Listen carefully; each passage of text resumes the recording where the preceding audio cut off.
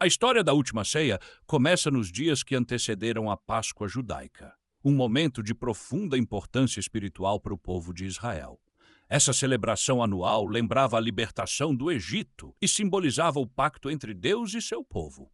Jesus, ciente de que seus dias na terra estavam contados, decidiu que passaria esse tempo com seus discípulos, compartilhando uma refeição que seria carregada de significado e revelações.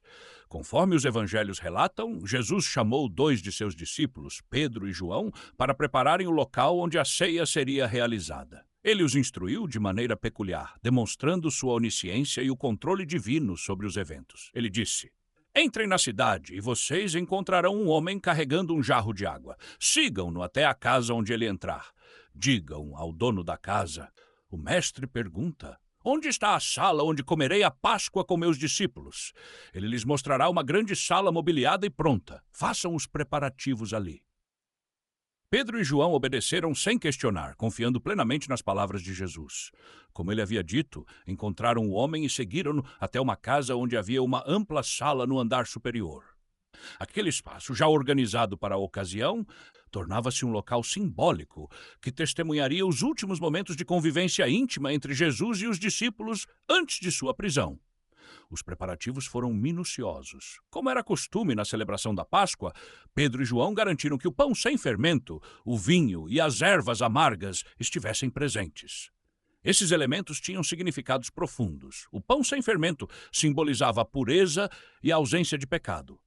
As ervas amargas lembravam o sofrimento do povo no Egito, e o vinho era um símbolo de alegria e da aliança de Deus com Israel. Eles também prepararam o cordeiro pascal, seguindo a tradição judaica, que apontava para o sacrifício feito para a salvação do povo. Enquanto isso, Jesus se preparava emocional e espiritualmente para o que viria a seguir.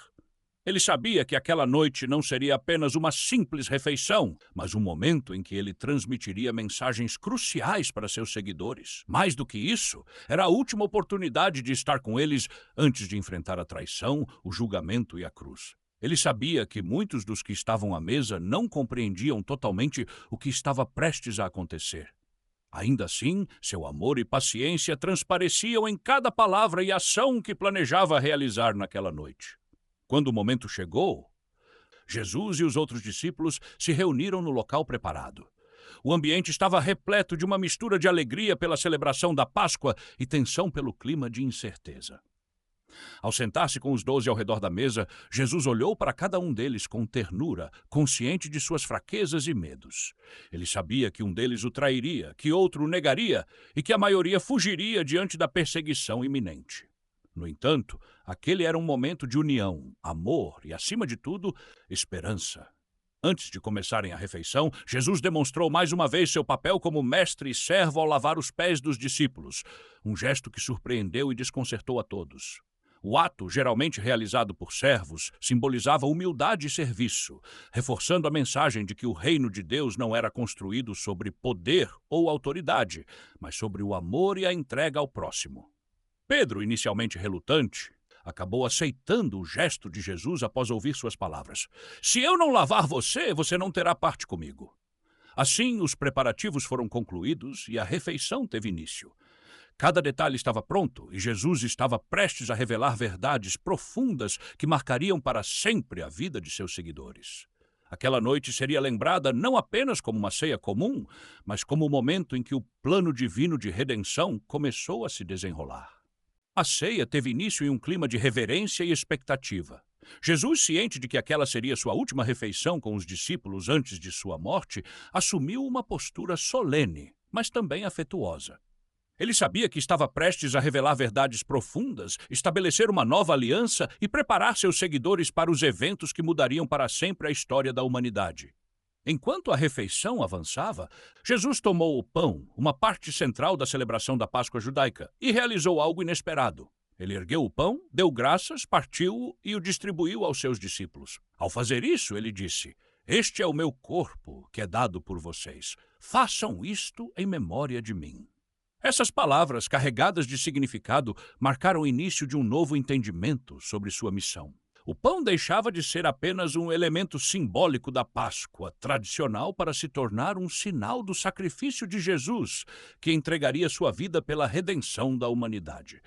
O gesto surpreendeu os discípulos. Eles haviam participado de muitas refeições com Jesus, mas nunca algo assim havia ocorrido. Naquele momento, o pão tornou-se um símbolo de sua presença e entrega. Jesus não apenas anunciava sua morte iminente, mas também oferecia um lembrete eterno de que seu corpo seria partido por amor à humanidade. O pão era um convite para que seus seguidores compartilhassem de sua vida e missão, aceitando o chamado ao serviço e à obediência. Depois, Jesus tomou o cálice de vinho e, novamente, deu graças. Passando aos discípulos, declarou: "Este cálice é a nova aliança no meu sangue, derramado por vocês." O vinho, que antes simbolizava a alegria e a celebração da Páscoa, agora adquiria um significado ainda mais profundo. Ele representava o sangue que seria derramado na cruz para selar uma nova aliança entre Deus e a humanidade.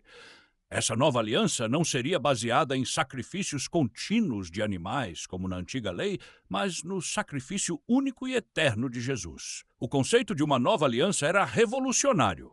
Os discípulos, sendo judeus, estavam acostumados ao sistema da antiga aliança, onde a lei de Moisés e os sacrifícios no templo eram centrais. No entanto, Jesus estava introduzindo algo completamente novo, uma relação direta com Deus, mediada por sua própria vida, morte e ressurreição. O cálice que eles compartilhavam naquela noite representava não apenas sua comunhão com ele, mas também a esperança de redenção para toda a humanidade. Enquanto os discípulos digeriam essas palavras e ações, um clima de tensão começou a surgir. Jesus revelou que um deles o trairia. Ele disse: "A mão daquele que vai me trair está com a minha sobre a mesa." Essas palavras chocaram os presentes, que começaram a perguntar uns aos outros e a si mesmos quem seria o traidor. Judas Iscariotes, que já havia feito um acordo com os líderes religiosos para entregar Jesus, estava entre eles. Embora Jesus soubesse exatamente o que estava para acontecer, ele tratou Judas com a mesma paciência e amor com que tratou os outros, demonstrando a profundidade da graça. Essa revelação trouxe um misto de tristeza e confusão para os discípulos, mas Jesus continuou a preparar seus corações para o que estava por vir. Ele falou sobre sua partida iminente e garantiu que eles não estariam sozinhos. Prometeu enviar o Espírito Santo, o Consolador, para guiá-los e fortalecê-los. Ele também os encorajou a permanecerem unidos e a amarem uns aos outros como ele os havia amado. A ceia prosseguiu, mas a atmosfera era diferente. Os discípulos começaram a perceber que estavam participando de algo muito maior do que podiam compreender plenamente naquele momento. Jesus estava não apenas partilhando uma refeição, mas oferecendo a si mesmo como o Cordeiro de Deus, cujo sacrifício traria redenção ao mundo. O pão e o vinho que eles consumiam tornaram-se símbolos eternos desse amor sacrificial. Após os significativos momentos do pão e do vinho, a última ceia prosseguiu com um dos gestos mais marcantes de Jesus, o lava-pés.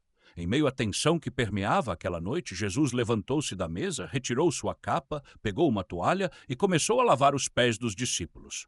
Este ato, que normalmente era realizado por servos, surpreendeu e desconcertou os presentes. Era incomum que um mestre ou líder se colocasse em tal posição de humildade.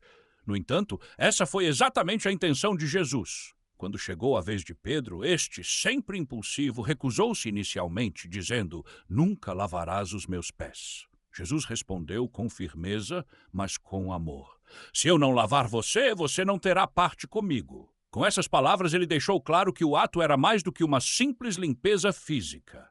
Era um símbolo de purificação espiritual e um lembrete de que no reino de Deus a verdadeira grandeza está no serviço aos outros. Pedro então aceitou, pedindo não apenas que os pés fossem lavados, mas também suas mãos e sua cabeça, demonstrando seu desejo de estar completamente unido a Cristo.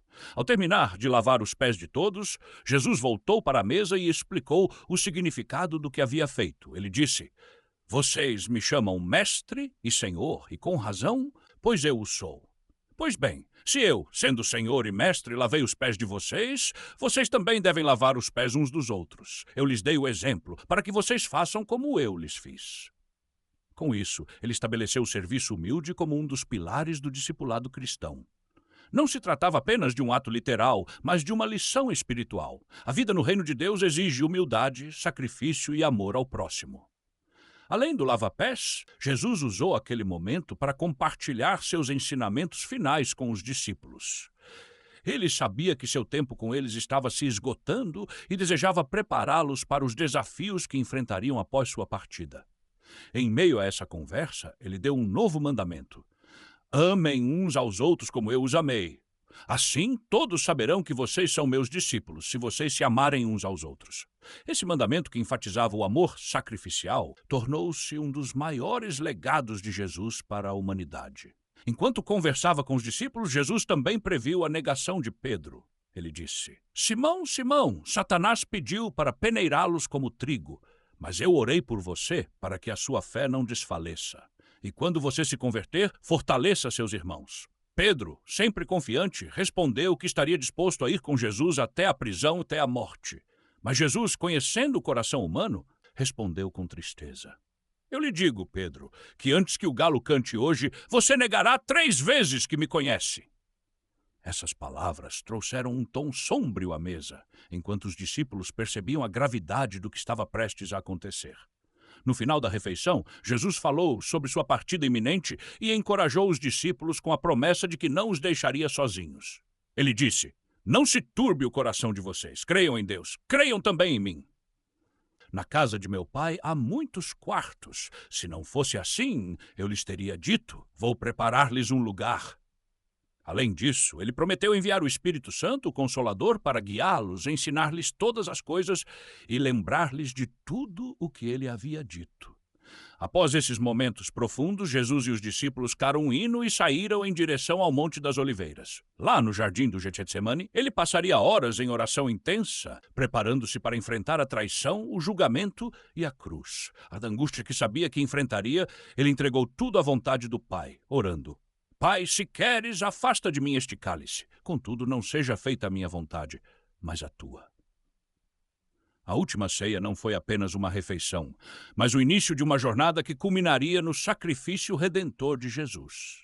Os ensinamentos e gestos daquela noite ecoariam ao longo dos séculos, transformando vidas e inspirando milhões a seguirem o exemplo de amor, humildade e serviço deixado pelo Mestre.